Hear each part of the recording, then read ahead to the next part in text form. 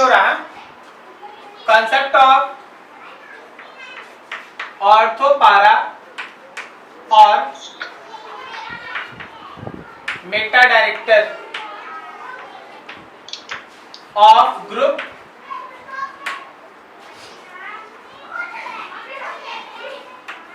attached with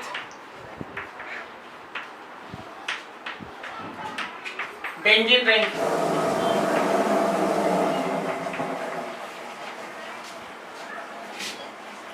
group attach with benzene ring, ठीक है। जरा गौर करना और देखना, हम लोगों के पास ये रहा एक बेंजीन रिंग और इस बेंजीन रिंग के साथ ये एक अटैच्ड है एक ऐसा ग्रुप जो इलेक्ट्रॉन डोनेटिंग ग्रुप की तरह काम करता है, इलेक्ट्रॉन देता है। अगर ये इलेक्ट्रॉन देता है तो ध्यान रखना ये इलेक्ट्रॉन यहां आएगा, ये इलेक्ट्रॉन यहां आएगा, ये इलेक्ट्रॉन यहां आएगा। मतलब आप जब इसका रेजोनेंस ये सब ड्रॉ कीजिएगा, डिफरेंट मेसोमेरिक स्ट्रक्चर जब आप ड्रॉ कीजिएगा तो इस इलेक्ट्रॉन डोनेटिंग ग्रुप की वजह से ऑर्थो पे नेगेटिव और पारा पे नेगेटिव डेवलप होगा। क्या सही है? मतलब अगर यहां पे अगर कोई इनकमिंग इलेक्ट्रोफाइल है,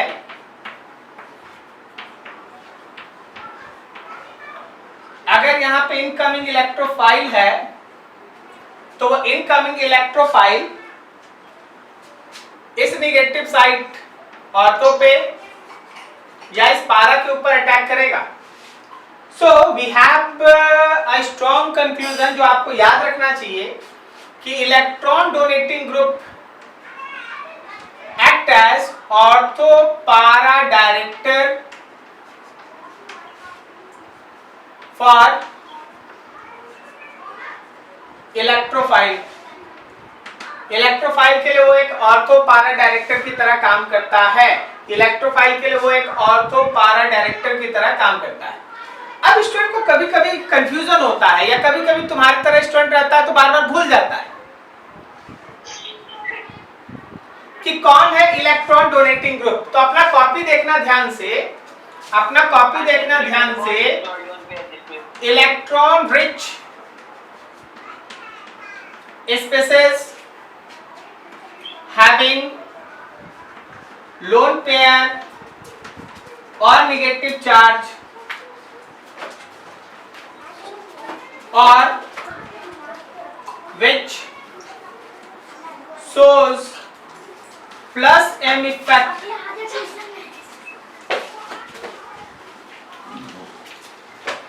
plus hyperconjugation act as electron donating group। क्या ये पूरा कहानी तुमको समझ में आया? कोई भी ऐसा स्पेसिस जो इलेक्ट्रॉन रिच हो या उस पे नेगेटिव चार्ज हो या वो plus M effect electron donate करने वाला इफेक्ट शो करता हो तो वह इलेक्ट्रॉन डोनेटिंग ग्रुप है। जैसे कुछ एग्जांपल में हम लिख देते हैं, जैसे OH है ऑक्सीजन का लोन पेयर है, जैसे NH2 है नाइट्रोजन का लोन पेयर है, जैसे O के साथ R है ऑक्सीजन का लोन पेयर है, जैसे O पे माइनस है, जैसे N के साथ R और H है नाइट्रोजन पे, जैसे N के साथ 2 R ग्रुप है नाइट्रोजन पे लोन। तो ये सब ऐसा है जो प्लस एम इफेक्ट शो करता है, इलेक्ट्रॉन डोनेटिंग ग्रुप की तरह काम करता है, इनकमिंग इलेक्ट्रोफाइल के लिए ऑर्थो पारा डायरेक्टर है। इलेक्ट्रोफाइल अगर उस पर अटैक कराइएगा तो ऑर्थो या पारा पोजीशन पे जाकर अटैक करेगा। तो चल भाई हम इसका रिवर्स करते हैं।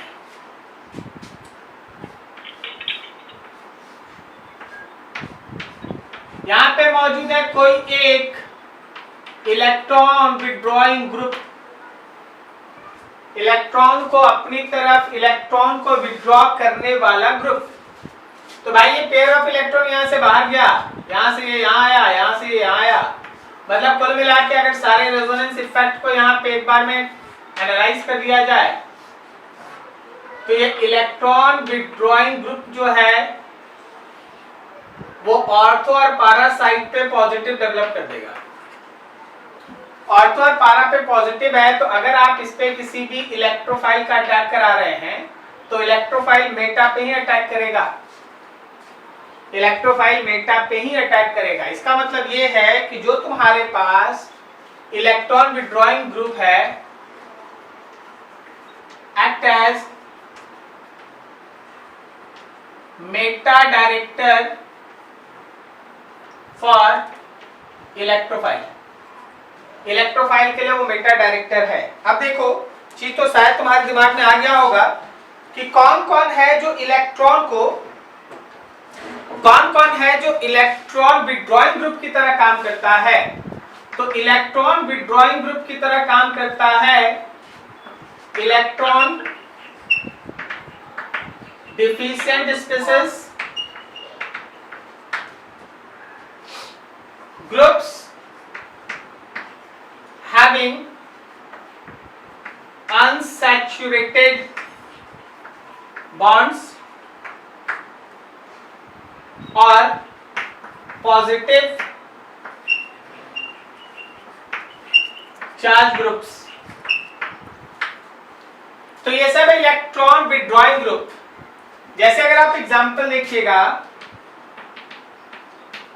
तो एल्डिहाइड का bond COH, C double bond O bond OH, C double bond O bond R, C double bond O bond NH2, ठीक है, C triple bond N, C triple bond N etcetera. ये सब है जो इलेक्ट्रॉन को अपनी तरफ खींचता है, इलेक्ट्रॉन को विथड्रॉ करता है। सही है? तो क्या याद रहेगा कि कौन इलेक्ट्रॉन विथड्रॉ करके मेटा डायरेक्टर काम करेगा और कौन इलेक्ट्रॉन डोनेट करके ऑर्थो पारा डायरेक्टर की तरह काम करेगा? समझ में आया? Yes sir. नोट करो, अब एक क्वेश्चन बनाना तब पता चलेगा क्या समझा।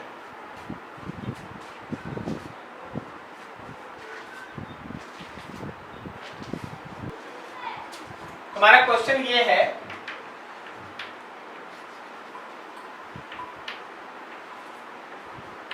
how will you convert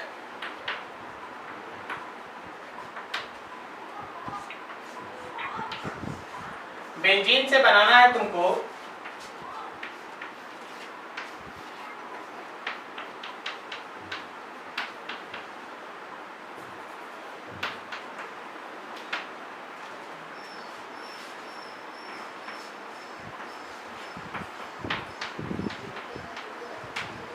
ये दोनों बनाना है।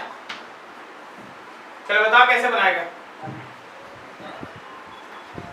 पहले नाइट्रेशन करेंगे, बोलो बोलो। पहले नाइट्रेशन करेंगे और Br2 को CCl4 के साथ रिएक्ट करा देंगे। और दूसरा वाला? दूसरा वाला इसमें से करते हैं क्या? दूसरा वाला सोचते हैं।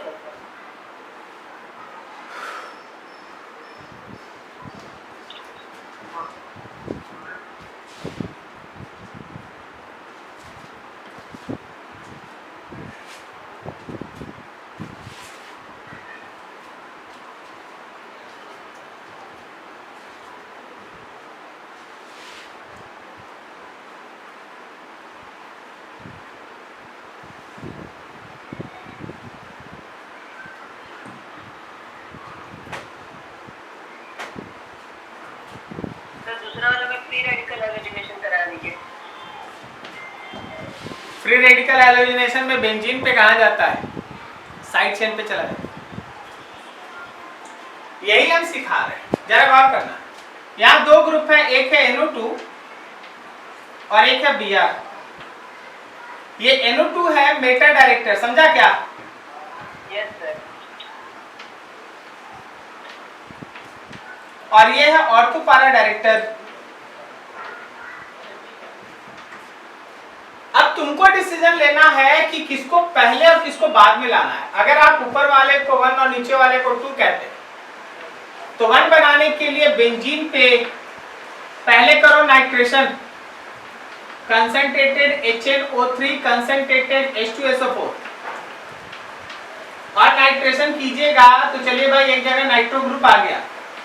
अब ये जो नाइट्रो ग्रुप है वो मेटा डायरेक्टर है, तो जब हम इसका आगे ब्रोमिनेशन कराएंगे Br2 in presence of anhydrous AlCl3 के प्रेजेंस में, तो Br+ बनेगा इलेक्ट्रोफाइल।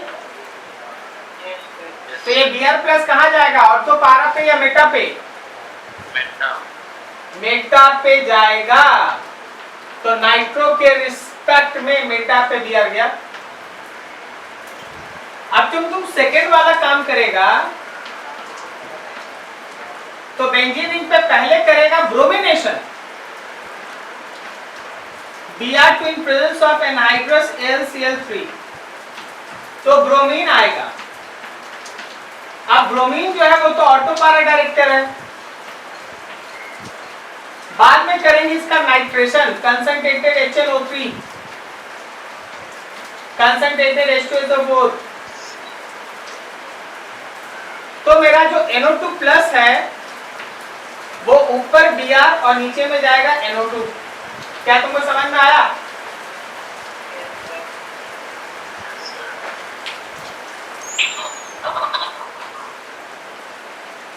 ये है डायरेक्टिंग इफेक्ट। तुमको सोच सोच के करना पड़ता है, पहले किसको बाद में किसको जोड़िएगा। आप एकदम आराम से समय देके सब सोचिए।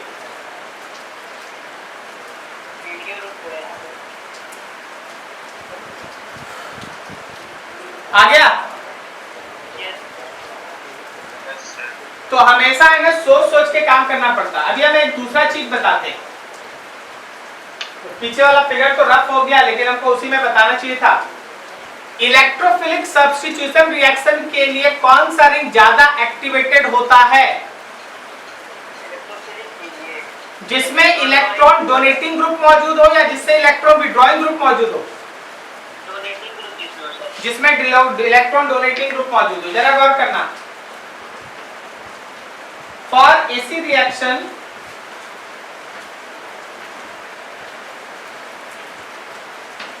if electron donating group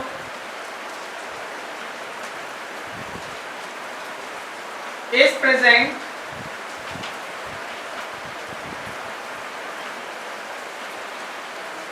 with benzene ring, if electron donating group is present with benzene ring, then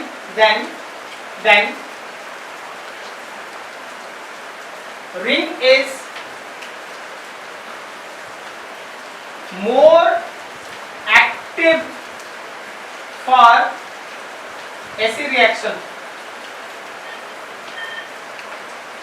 AC reaction के लिए वो रिंग ज्यादा एक्टिव होगा जिसमें कोई इलेक्ट्रॉन डोनेटिंग ग्रुप हो। जैसे हम क्या कहना चाहते हैं, देखो,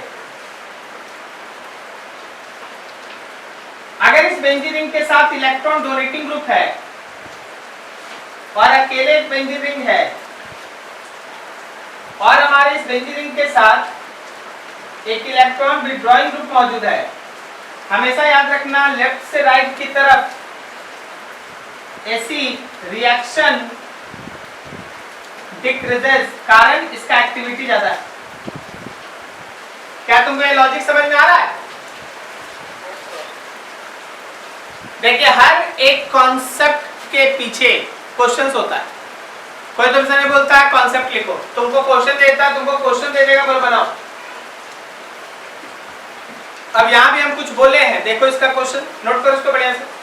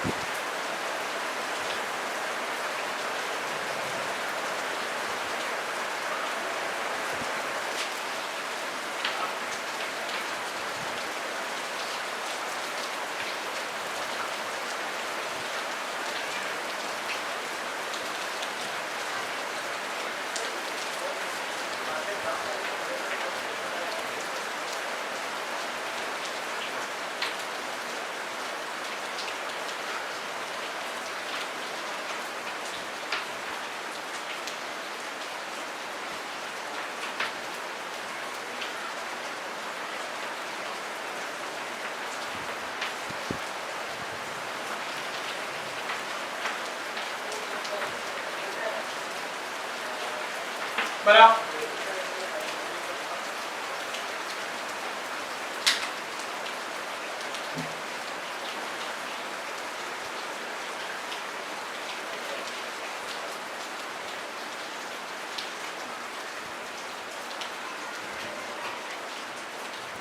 सर तीसरे रिंग में साइड चेन क्या है? कहाँ पे? OH नीचे वाले रिंग। OH OH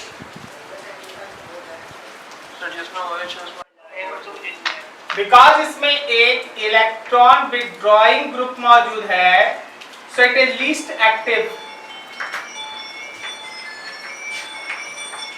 और इसमें एक इलेक्ट्रॉन डोनेटिंग ग्रुप मौजूद है, so it is most active. तो जब आप Br2 को मौका दीजिएगा तो मोस्ट एक्टिव पे अटैक करेगा, और इसके रिस्पेक्ट में पारा, अगर एक प्रोडक्ट लिखना है तो हमेशा पारा लिखो।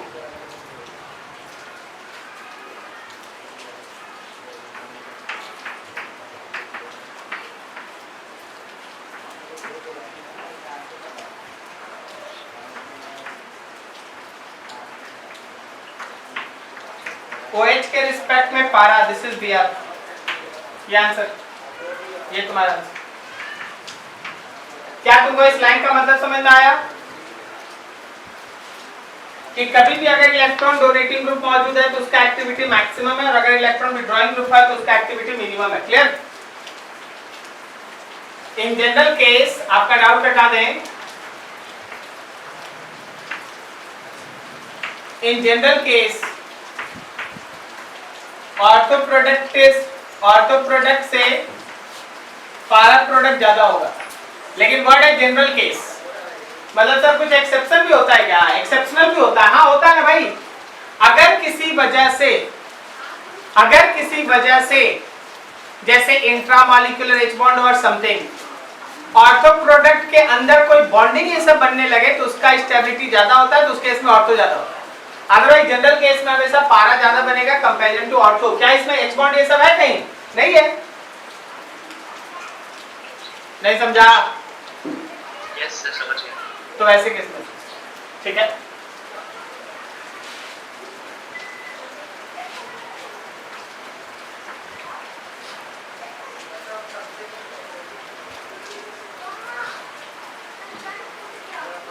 सोच रहे कुछ छूटा। एनर्जी लेवल डायग्राम लास्ट बता दिए थे क्या?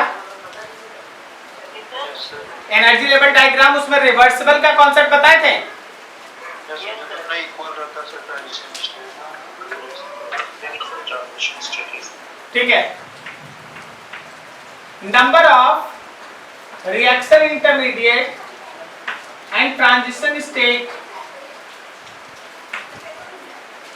ड्यूरिंग एनी रिएक्शन, कोई भी रिएक्शन में कितना रिएक्शन इंटरमीडिएट बना है और कितना ट्रांजिशन स्टेट आया उसका पता लगाना है। ये भी बता देंगे। और ये भी बता दिए। ये नहीं पता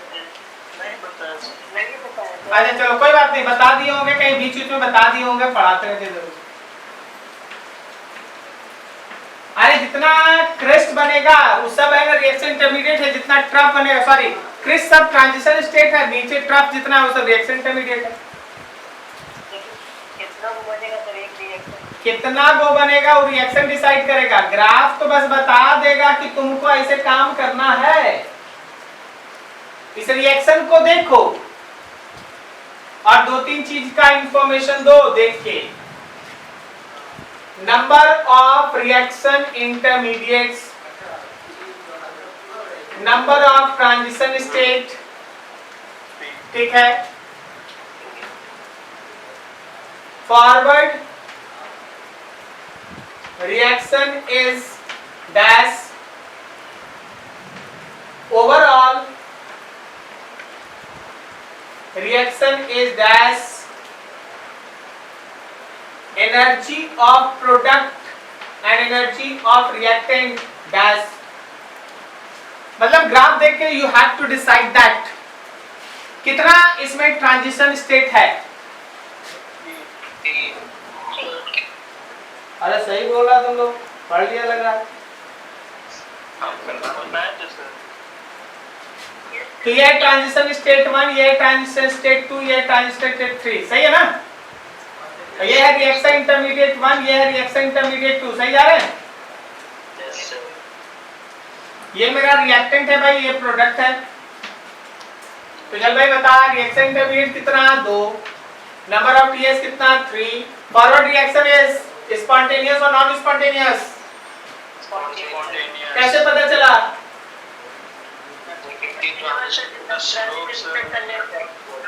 इसके एनर्जी लेवल से अगला कम है और उससे अगला कम है।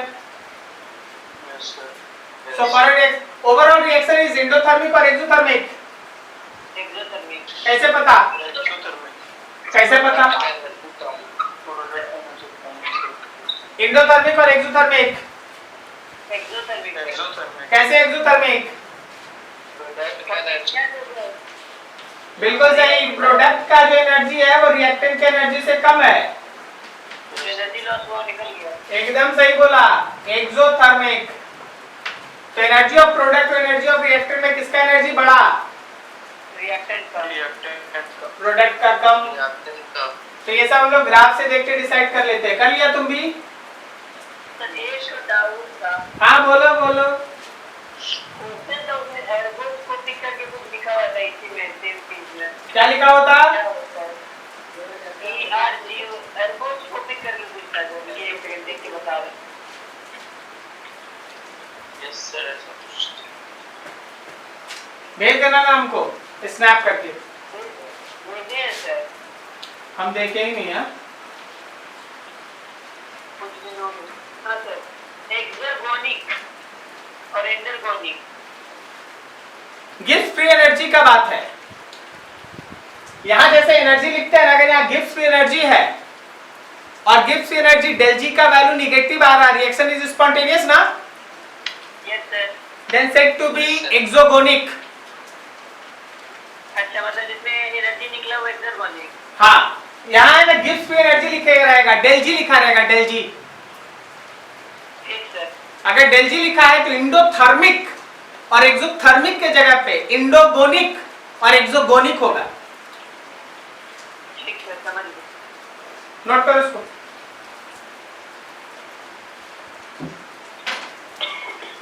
सर हीट ऑफ हाइड्रोजनेशन क्या होता है? अरे तुम कितना दिन से पूछ रही? 11 में नहीं पढ़ा है कि कोई भी पर्टिकुलर सब्सटेंस के 1 मोल को हाइड्रोजन के साथ कंप्लीटली रिएक्ट करा देने से जो अमाउंट ऑफ एनर्जी रिलीज या गेन होता है उसको एंथैल्पी ऑफ हाइड्रोजनेशन कहते हैं। तो सर उसको पता कैसे लगेगा किसका ज्यादा किसका कम? जो ज्यादा स्टेबल होता है उसका हीट ऑफ हाइड्रोजनेशन कम होता है और जो कम स्टेबल होता है उसका हीट ऑफ हाइड्रोजनेशन ज्यादा होता है। उसी में अगर दिया है negative hydrogen heat of hydrogenation sir, -5 और -4 एनर्जी में -5 किलो जूल, -4 किलो जूल कौन बड़ा है? -5 क्यों? एनर्जी है सर।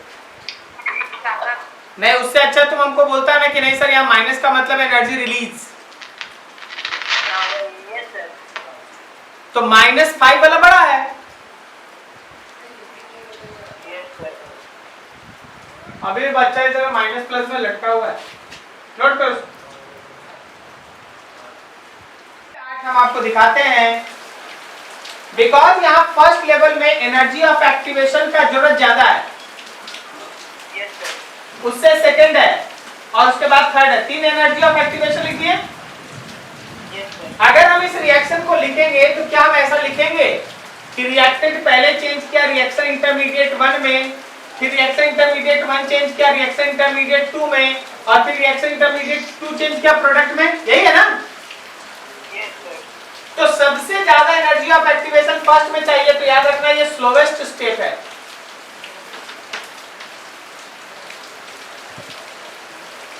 ठीक है, और सबसे कम एनर्जी यहां चाहिए, तो ये फास्टेस्ट स्टेप है, बाकी ये मॉडरेट है। क्या आपको याद है slowest step is rate determining? Yes sir. ये तो पढ़े। केमिकल काइनेटिक्स पढ़ रहा है? Yes sir. कोलिजन थ्योरी, ये तो पढ़े। कोलिजन थ्योरी पढ़ रहा है? अभी नहीं हुआ सर। अभी नहीं। चलो। कल पढ़े। पढ़ा है नहीं है? Slowest step is the rate determining step. तो याद रखना कि इसका रेट डिटरमाइनिंग स्टेप ये है। Slowest step is the rate determining step. ठीक है, और कोई दिक्कत? इसको भी मेंशन कर लो, इसको भी मेंशन कर लो, एनर्जी वाला।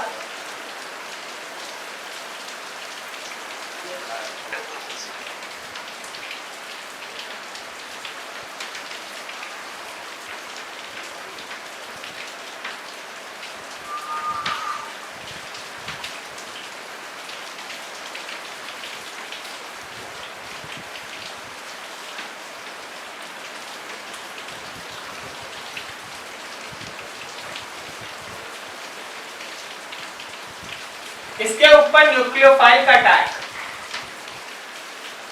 ये L कहलाता है लिविंग ग्रुप, क्योंकि इसको हटना है इसलिए इसका नाम ही है leaving group. Leaving group pair of electron लेके हटता है, कार्बन पे पॉजिटिव आता है और उस कार्बन के ऊपर ये न्यूक्लियोफाइल का टैग होता है। तो आपके पास कुछ इस तरह का प्रोडक्ट बनता है। This reaction is called nucleophilic substitution reaction.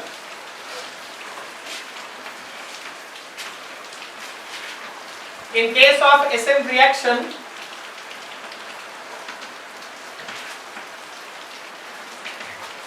living group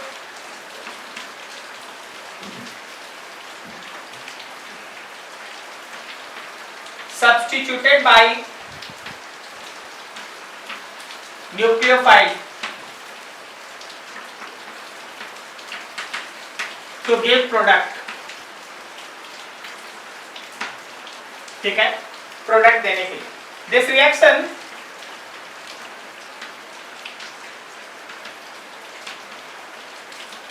can be proceed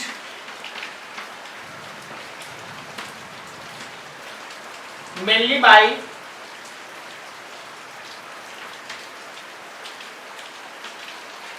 to mechanism. दो मैकेनिज्म से प्रोसीड करता है। एक कहलाता है SN1, दूसरा है SN2। तो हम लोग इसको SN1 और SN2 करके पढ़ेंगे दो पार्ट में, SN1 SN2। First one is called SN1। SN1 पूरा नाम है यूनिमॉलिक्यूलर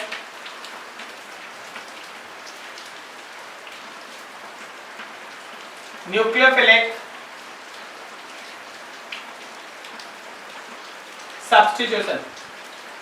SN1 का मतलब हो गया nucleophilic unimolecular nucleophilic substitution reaction. ठीक है, अब देखो इसका मेन फोकस कहां है।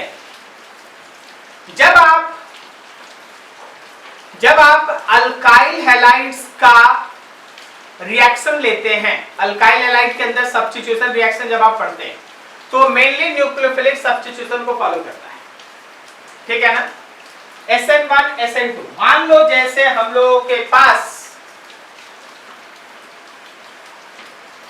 ये एक लिविंग ग्रुप है, अच्छे से समझना।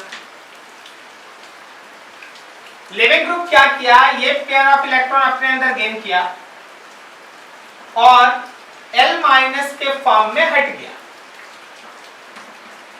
तो क्या वो अपने पीछे छोड़ के जाएगा कार्बोकेटायन। This is carbocation. ये है रिएक्शन इंटरमीडिएट। तो होता क्या है SN1 में कि सबसे पहले लिविंग ग्रुप अपना पेयर ऑफ इलेक्ट्रॉन लेके हटता है। जब हमारा leaving group pair of electron लेके हटता है तो कार्बोकेटायन और लिविंग ग्रुप का माइनस बनता है। यह है स्लोवेस्ट स्टेट, यह है स्लोवेस्ट स्टेट। और फिर इस कार्बोकेटायन के ऊपर न्यूक्लियोफाइल का अटैक होता है, तब जाके आपके पास प्रोडक्ट बनता है लिविंग ग्रुप अलग। और जो सेकेंड स्टेप में न्यूक्लियोफाइल का अटैक है ये होता है फास्ट। तो देखो हर चीज को अच्छे से समझो।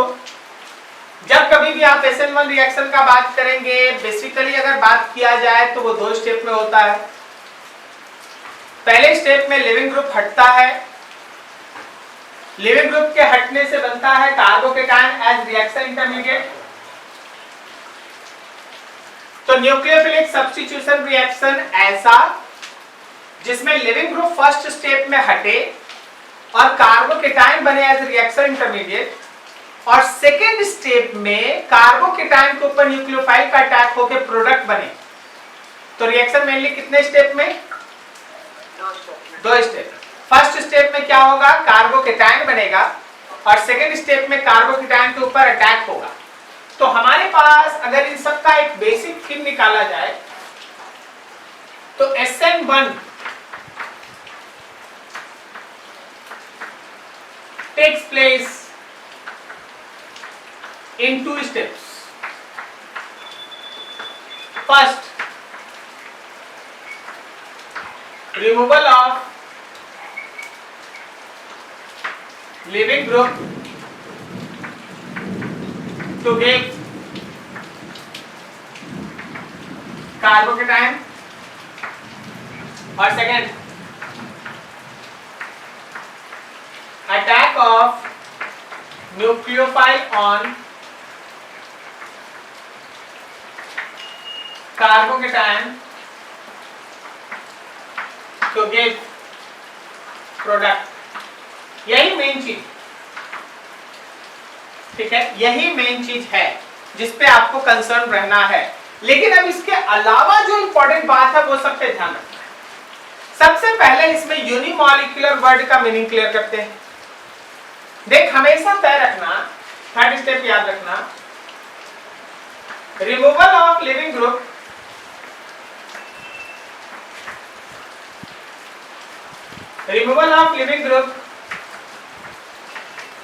to give carbocation is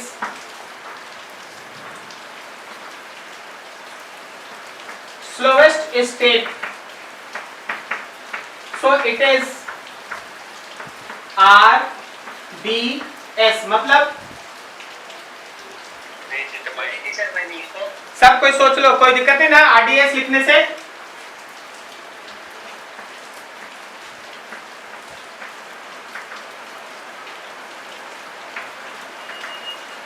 Rate determining step, removal of living group to give carbocation is slowest step, so it is rate determining step। अब जरा गौर करना कि according to chemical kinetics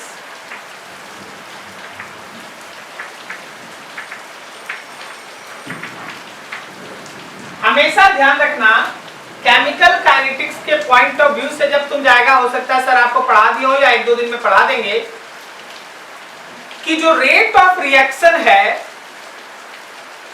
वो स्लोवेस्ट स्टेप के रिएक्टेंट के ऊपर डिपेंड करता है। Rate law, rate proportional concentration of reactant power 1। क्योंकि देख, स्लोवेस्ट स्टेप में केवल एक रिएक्टेंट है, तो रेट हुआ rate constant into reactant power 1। Since, अरे यार यहाँ पे कोएफिशिएंट बने ना है। दो तरीका होता है ना, एक्सपेरिमेंटली निकालना और एक होता है सीधा कोएफिशिएंट देख के लिखना। एक्सपेरिमेंटली ही हम लोग बात करें, बस सोचना कि हमने कोएफिशिएंट लिख दिया, हम एक्चुअली है ना ऑर्डर लिखे, ऑर्डर लिखे, हम कोएफिशिएंट नहीं लिखे, हम ऑर्डर लिखे। Rate depends on one concentration term, so it is called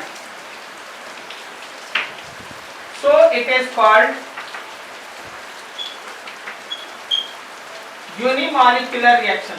इसलिए हम लोग इसको यूनिमॉलिक्यूलर रिएक्शन कहते हैं, बिकॉज इसके रेट में केवल और केवल रिएक्टेंट इन्वॉल्व है। ये रिएक्टेंट ये तुम्हारा रिएक्टेंट, तुम्हारे इस रिएक्शन के रेट में केवल और केवल रिएक्टेंट इन्वॉल्व है, एक ही कंसंट्रेशन टर्म इन्वॉल्व है, so it is unimolecular reaction. अभी तक बोर्ड पे जो भी लिखा गया, किसी को कोई डाउट? हाँ, एल जो है वो लिविंग ग्रुप है, छोड़ के हटेगा।